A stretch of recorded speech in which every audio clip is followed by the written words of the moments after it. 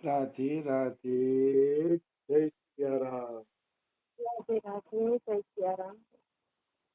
આપણે ઓખા હરણની અંદર બાણાસુર અને ભગવાન શ્રી કૃષ્ણ વચ્ચે જે લડાઈ થાય છે એ લડાઈનું ચરિત્ર ચાલે છે.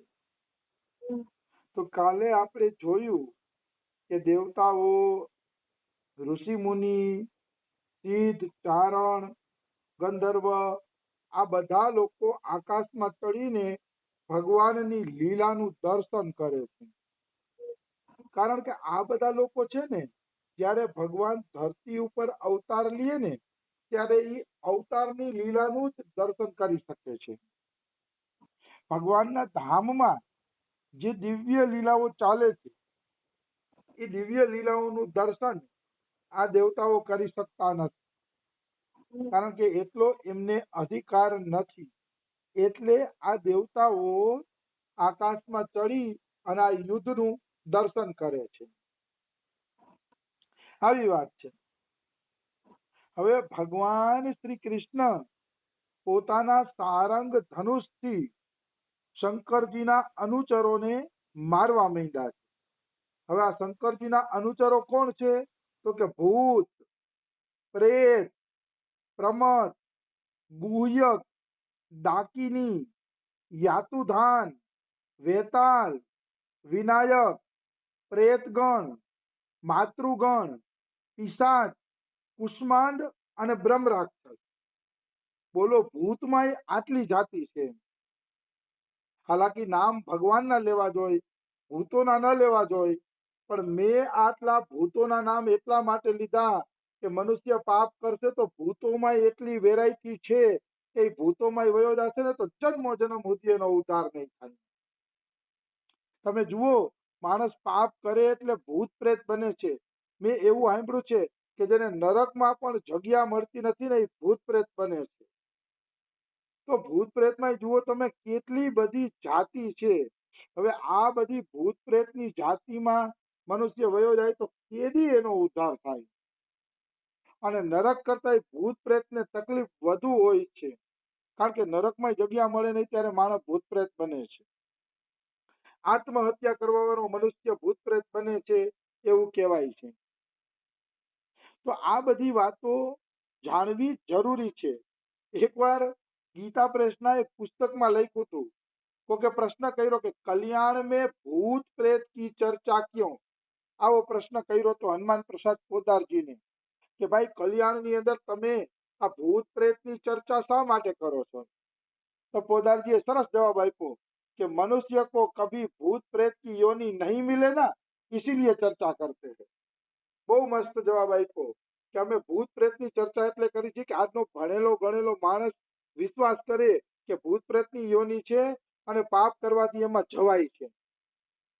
જો પાપ કરશી તો એ યોનિમાંથી આપણે કોઈ બચાવી શકશે નહીં. બચવું અતિ મુશ્કેલ છે. એટલા માટે ભૂત પ્રેતની ચર્ચા કરવામાં આવે છે કલ્યાણમાં. વાત બિલકુલ સાચી છે. ભૂત પ્રેતની ચર્ચા કરવી જોઈએ. કોને કેવા પાપ કરવાથી ભૂત પ્રેતની યોનિ મળી એ ચર્ચા થવી જ જોઈએ. મનુષ્ય પાપ કરવાથી ડરશે, જરૂર ડરશે. અને કદાચ કોઈ મનુષ્ય નહીં ડરે તો એ નિશ્ચિત છે કે એને ભૂત પ્રેતની યોનિમાં જવું પડશે. એને કોઈ બચાવી શકશે નહીં. કોઈ માઇકેલાલ બચાવી નહીં શકે. એટલે એટલું યાદ રાખવાનું કે શંકર ભગવાનના અનુચર બનવાનું નથી, ભૂત પ્રેત અનુચર નથી બનવાનું. બાકી શંકર ભગવાનના સેવક બનવા મળે તો વાંધો નથી, પણ આ ભૂત પ્રેત રૂપી અનુચર બની ન જાય એનું ધ્યાન રાખવાનું છે. તો ભગવાન શ્રી કૃષ્ણ પોતાના તીખા બાણ દ્વારા આ રાક્ષસોને, ભૂત પ્રેતોને એને મારે છે. તો શંકર ભગવાને જોયું કે ભગવાન શ્રી કૃષ્ણ મારા પ્રેતોનો, ભૂતોનો નાશ કરી રહ્યા છે. જોયું એટલે એને વિસ્મય થયો કે મારે કઈ રીતે કૃષ્ણનો મુકાબલો કરવો. એટલે શંકરજીએ ભગવાન શ્રી કૃષ્ણ ઉપર ભાંતિ ભાંતિના અસ્ત્ર શસ્ત્રનો પ્રયોગ કર્યો. કારણ કે શંકર ભગવાનના શરણમાં છે ભૂત પ્રેત, એટલે ભગવાન સામે લડવું પડે છે. શિવજીને પણ લડવું પડે છે અને ભયંકર અસ્ત્ર શસ્ત્રનો પ્રયોગ કરે છે. પણ ભગવાન શ્રી કૃષ્ણએ પોતાના અસ્ત્ર શસ્ત્ર દ્વારા શિવજીના અસ્ત્ર શસ્ત્રને શાંત કરી દીધા. એનો અર્થ એવો નથી કે શિવજી મોટા છે ને કૃષ્ણ મોટા છે ને શિવજી નાના છે ને એવો અર્થ નથી. આ તો બે ભગવાનનું જાણેલું જોયેલું યુદ્ધ છે. ખાલી યુદ્ધનું નાટક કરે છે, બીજું કઈ નથી. આવી વસ્તુ છે. ભગવાન શ્રી કૃષ્ણએ શું કર્યું? બ્રહ્માસ્ત્રની શાંતિ માટે બ્રહ્માસ્ત્રનો પ્રયોગ કર્યો. મતલબ શિવજીએ બ્રહ્માસ્ત્ર માર્યું તો કૃષ્ણએ બ્રહ્માસ્ત્ર મારીને બ્રહ્માસ્ત્રને શાંત કર્યું. શિવજીએ વાયવ્યાસ્ત્ર માર્યું તો કૃષ્ણએ પર્વતાસ્ત્ર માર્યું. જો શિવજીએ વાયવ્ય અસ્ત્ર માર્યું એટલે વાયવ્ય અસ્ત્ર શું કરે ખબર છે? વાયુ કરે. મતલબ ફૂલ પવન વાવા માંડે, વાવાઝોડા જેવો પવન વાવા માંડે, એને કહેવાય વાયવ્ય અસ્ત્ર. એ વાયવ્ય અસ્ત્રને શાંત કરવું હોય ને તો પર્વતાસ્ત્ર મારવું પડે. પર્વતાસ્ત્ર મારો ને એટલે પર્વત પડી જાય. પર્વત વચ્ચે આવી જાય ને એટલે વાયુનું જોર ઘટી જાય. ગમે એવું વાવાઝોડું હોય ને એ વાવાઝોડાને પર્વત રોકી લે છે. એટલે વાયવ્ય અસ્ત્રને શાંત કરવા માટે પર્વત અસ્ત્રનો ઉપયોગ કરવામાં આવે છે. પછી શિવજીએ આગ્નેય અસ્ત્ર છોડ્યું તો કૃષ્ણએ પર્જન્ય અસ્ત્ર છોડ્યું. આગ્નેય અસ્ત્ર એટલે શિવજીએ આગ્નેય અસ્ત્ર કર્યું એટલે આકાશમાંથી આગ વરસવા માંડી. જમીનમાં બધી જગ્યાએ આગ લાગી ગઈ. તો આગ્નેય અસ્ત્રને દૂર કરવા માટે ભગવાન શ્રી કૃષ્ણએ પર્જન્ય અસ્ત્ર છોડ્યું. પર્જન્ય એટલે વરસાદ. વરસાદનું અસ્ત્ર છોડ્યું તો તરત જ આગ છે એ શાંત થઈ ગઈ. પછી શિવજીએ પાશુપત અસ્ત્ર છોડ્યું. પાશુપત અસ્ત્ર એટલે ત્રિશૂલ. એ શિવજી પાસે છેલ્લું અસ્ત્ર છે. એ શિવજીનું અસ્ત્ર છે પાશુપત અસ્ત્ર. તો એની સામે ભગવાન શ્રી કૃષ્ણએ નારાયણ અસ્ત્ર છોડ્યું. નારાયણ અસ્ત્ર એટલે ભગવાન શ્રી કૃષ્ણનું સુદર્શન ચક્ર. એ અસ્ત્ર છોડે છે. આવી રીતે ઘમાસાન યુદ્ધ થાય છે અને આવા ભયંકર ભયંકર અસ્ત્ર શસ્ત્રોનો આ યુદ્ધની અંદર પ્રયોગ થાય છે. હવે ભગવાન શ્રી કૃષ્ણએ જોયું કે મહાદેવ છે એને હું મારી ન શકું, કારણ કે મહાદેવ મારા ભક્ત છે અને ભગવાન પણ છે. મારા જ અંશ છે, મારું જ બીજું સ્વરૂપ છે. એટલે ભગવાન કૃષ્ણ વિચાર્યું કે મહાદેવનો વધ તો થઈ શકે એમ છે ને, કારણ કે એ તો ભગવાન છે. તો કે હવે મહાદેવ જ્યાં સુધી લડાઈમાં છે ત્યાં સુધી હું બાણાસુર ઉપર વિજય પ્રાપ્ત નહીં કરી શકું.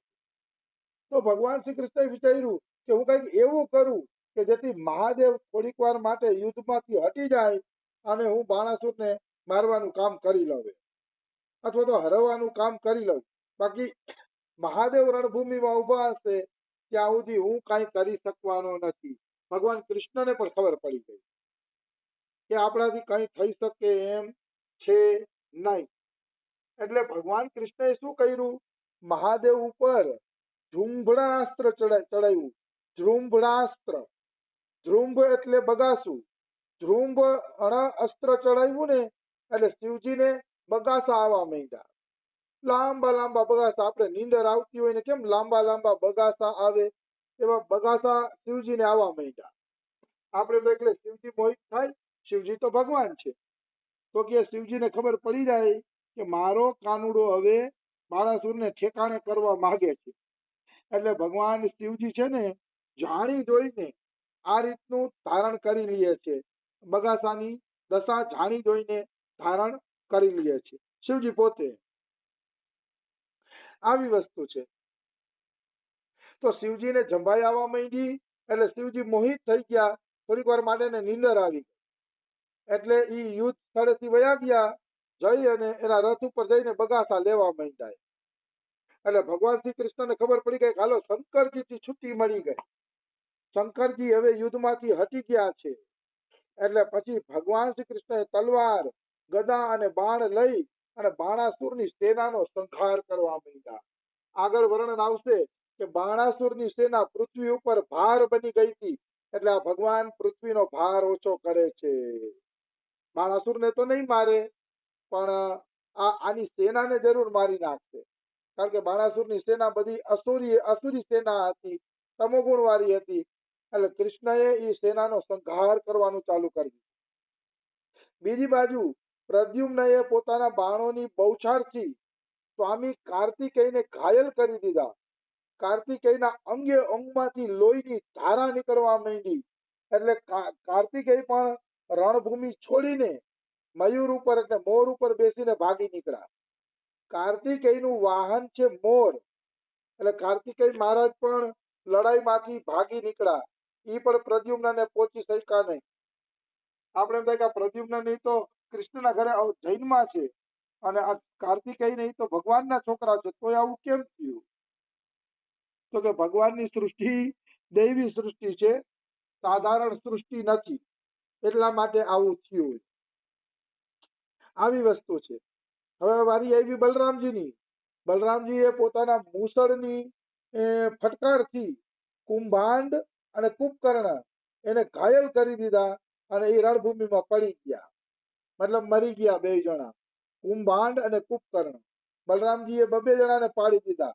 આ લોકોએ તો હજી ખાલી યુદ્ધમાંથી ભગાડ્યા શિવજીને અને કાર્તિકેયને, પણ બલરામજીએ તો કુંભાંડ અને કુંભકર્ણને ખતમ જ કરી નાખ્યા. કારણ કે બલરામજીનું હળ અને મુસળ કોઈ ઉપર પડે એટલે ઈ વ્યક્તિને પછી બચવું મુશ્કેલ છે, નિશ્ચિત રૂપે બચવું મુશ્કેલ છે. કારણ કે બલરામજી એવા તાકાત વાળા છે, બલવાન છે, વીર છે બલરામજી. આવી વસ્તુ છે. એટલે બલરામજીએ પણ આ બે જણાને પૂરા કરી દીધા. આ રીતે પોતાની સેનાને તહેશ નહેશ જોઈને બાણાસુરની સેના પણ તિત્તર બિત્તર થઈ ગઈ. બાણાસુરે જોયું કે મારી સેના ભાગે છે, મારી સેના તિત્તર બિત્તર થઈ ગઈ છે, મારી સેનામાં હવે લડવાનો ઉત્સાહ નથી રહ્યો. બાણાસુરને ખબર પડી ગઈ કે સેનામાં હવે કાંઈ આમાં લડી હગે એમ નથી, બિચારી ઉત્સાહ રહ્યો નથી. એટલે બાણાસુરને ગુસ્સો આવ્યો. બાણાસુરે જોયું કે શ્રી કૃષ્ણના પ્રહારથી મારી સેના તિત્તર બિત્તર થઈ ગઈ છે, ત્યારે એને બહુ ક્રોધ આવ્યો. ક્રોધ આવ્યો ને તેને સાત્યકીને છોડી દીધો. પેલા સાત્યકી હાલે લડતા હતા બાણાસુર, પણ સાત્યકીને છોડી દીધો અને કૃષ્ણ તરફ બાણાસુર ઉપડે છે. હવે હું કૃષ્ણ હારે લડાઈ કરું. એટલે કૃષ્ણ ઉપર આક્રમણ કરવા માટે બાણાસુર દોડી પડે છે. જ્યારે ભગવાન શ્રી કૃષ્ણએ જોયું કે રણમાં ઉન્મત્ત બનેલો બાણાસુર જ્યારે 1000 હાથેથી 5 ધનુષ ચડાવીને ખેંચીને બાણ મારે છે.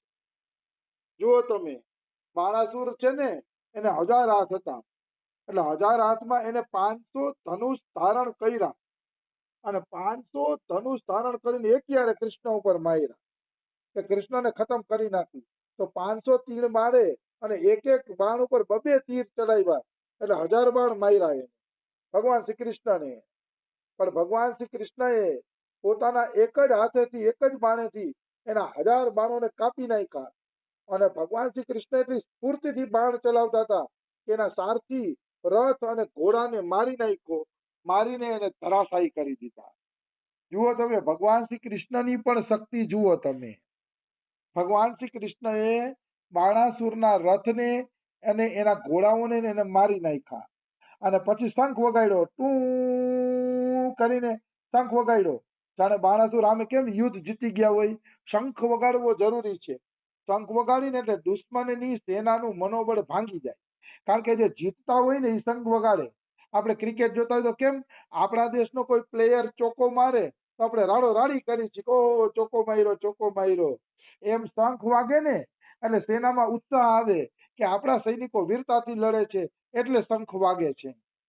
એટલે સેનાને ઉત્સાહ દેવા માટે ભગવાન શ્રી કૃષ્ણએ શંખ વગાડ્યો, બાણાસુરને રથમાંથી પાડી નાખ્યો, ઘાયલ કરી નાખ્યો અને પછી ભગવાન શ્રી કૃષ્ણએ શંખ વગાડ્યો. દિવ્ય, ખરેખર યુદ્ધની લીલા પણ દિવ્ય હોય છે. એમાં ભગવાન શ્રી કૃષ્ણના પરાક્રમની ચર્ચા છે અને ભગવાન શ્રી કૃષ્ણનું પરાક્રમ જે વાંચે છે ને એને પછી સંસારમાં ભૂત પ્રેત પિશાચ અને દુશ્મનથી ભય કરવાનો રહેતો નથી. આપણે એમ થાય કે શાસ્ત્રમાં લડાઈની લીલા શું કામ આપી? લડાઈની લીલા એટલે આપી કે આપણે ખબર પડે કે જેનું આપણે ભજન કરી છે એનું પરાક્રમ કેવું છે. જેટલું તમે એનું પરાક્રમ જાણશો એટલા જ તમે છે ને બધાથી બચી જાશો, દુશ્મનોથી બચી જાશો. દુશ્મનો તમારો વાળ પણ વાંકો કરી શકશે નહીં. તો બાણાસુરને ઘાયલ કરી દીધો છે. આગળનું યુદ્ધનું વર્ણન આપણે કાલે લઈ લેશી. આજે સમય થઈ ગયો છે. રાધે રાધે, જય સિયારામ. રાધે રાધે.